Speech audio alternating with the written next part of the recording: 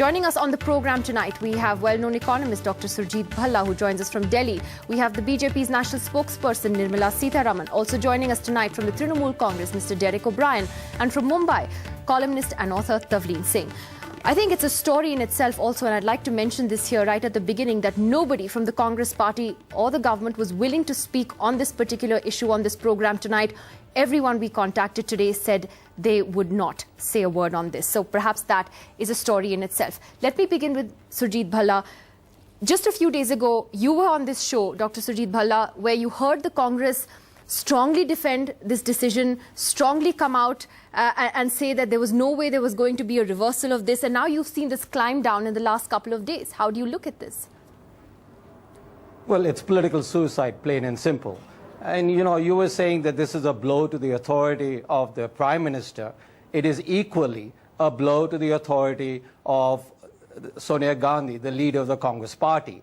I mean, what we now have, because of this decision and this rollback, whatever you want to call it, is that basically an executive decision. We have a new executive in India, and that is Mamata Banerjee in Calcutta. And we have a new Prime Minister or leader of a political party that is a Congress, which is Sushma Swaraj. How can a party do this is just beyond any comprehension whatsoever. And, you know, if they might want to put a spin on it, we put a hold, we're trying to get a consensus. This is a, you know, not just a lame duck government, it's a government without any legs. I'll go to Tavleen Singh next before I come to Derek O'Brien. Tavleen, in your latest column, actually, you've written, I'll quote you here, that there are times when I believe that India deserves to be a poor country. Elaborate on that. That's a pretty strong statement to make. Well, you see, the thing is that there have been no reforms since the Vajpayee government fell. We know that the rupee, I mean, Surjit Bhalla is much more of an economist, I'm just a political commentator, but the atmosphere in Bombay is very, very bad in industry. You know, every kind of optimism that existed a few years ago has now evaporated. There are businessmen who don't normally talk, going openly, writing letters and saying things like, you've got to do something, or we've had it. We're looking at the possibility of unemployment and unrest in our cities by next year.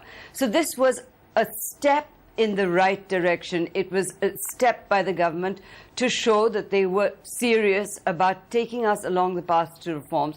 And, you know, I mean, it's been stymied, as Surjit just pointed out, by an opposition that should have no right to interfere in an executive decision. Do we have a government or not?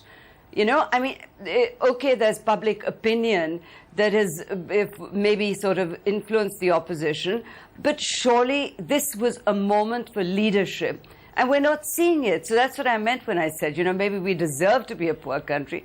Because when something good happens, you've got this kind of opposition going on. NDTV's cricket app. Android and iPhone. Fastest scorecard. Special analysis. And much more. Download free. ndtv.com/apps.